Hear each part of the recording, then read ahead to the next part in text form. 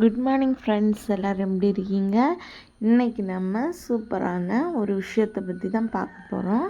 இந்த வீடியோவை ஃபுல்லாக ஸ்கிப் பண்ணாமல் பாருங்கள். வாங்க வீடியோக்குள்ளே போகலாம்.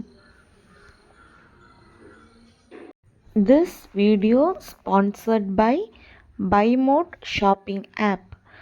BuyMode e-shopping application is one of the online shopping app now available on Play Store and App Store.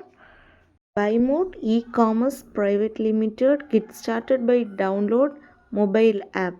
Organic range of Indian spices, great price and top brands. இன்றைக்கி நம்ம என்ன பார்க்க போகிறோன்னா, மல்லிகை செடியின் பயன்கள், நன்மைகள் என்னெல்லாம். அது நன்மை நமக்கு நிறைய பேருக்கு இது தெரியாது.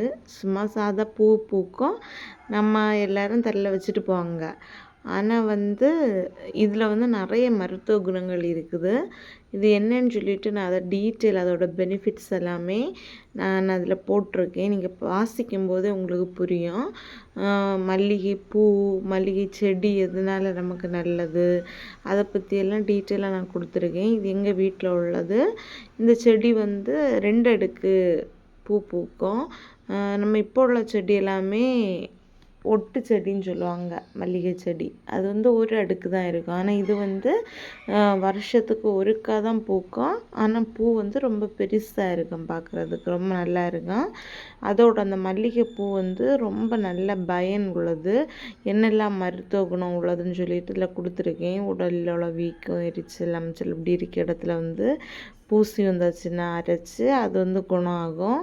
அதை போல் மல்லிகை பூக்களை உலர்த்தி அதை பொடி செஞ்சு, அந்த பொடியை வெந்நீரில் நம்ம சாதா தேயிலை போட்டு குடிக்கிற மாதிரி இந்த பொடி அந்த தண்ணியில் போட்டு கொதிக்க வச்சு குடிச்சு வந்தாச்சுன்னா சிறுநீரக கற்கள் நீங்கும்.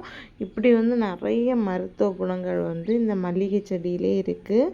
நிறைய பேருக்கு என்ன செய்யாதுன்னா இது தெரியாது. அதுபோல் இந்த மல்லிகைப்பூ டீயாக காய்ச்சி தினமும் குடிச்சு வந்தாச்சுன்னா அது நமக்குள்ள எலும்புருக்கி நோய் மற்றும் நுரையீரல் புற்றுநோய்கள் ரொம்ப பாதிக்காது. அந்த பாதிப்பெல்லாம் குறையும். அதுபோல் மல்லிகைப்பூவை அடிக்கடி சாப்பிட்டு வந்தால் உடம்புல நோய் எதிர்ப்பு சக்தி அதிகரிக்குமா. நமக்கு இதெல்லாமே தெரியாது. சும்மா சாதம் மல்லிகைப்பூ வச்சுட்டு போவோம், அவ்வளோதான். ஆனால் அது கூட சாப்பிட்டுட்டு வந்தால் கூட நமக்கு நோய் எதிர்ப்பு சக்தி கூடன்னு சொல்லியிருக்கு. இதை மாதிரி நிறைய பெனிஃபிட்ஸ் இந்த மல்லிகை செடி அது மற்றும் மல்லிகைப்பூவில் இருக்குது. இது நமக்கு நிறைய பேருக்கு தெரியாது. இது இந்த வீடியோ உங்களுக்கு பிடிச்சிருந்தா மறக்காமல் நம்முடைய சேனலில் லைக் பண்ணி, ஷேர் பண்ணி, கமெண்ட் பண்ணி, சப்ஸ்கிரைப் பண்ணுங்கள். நெக்ஸ்ட் வீடியோவில் பார்க்கலாம். Tata, bye, see you. Thanks for watching.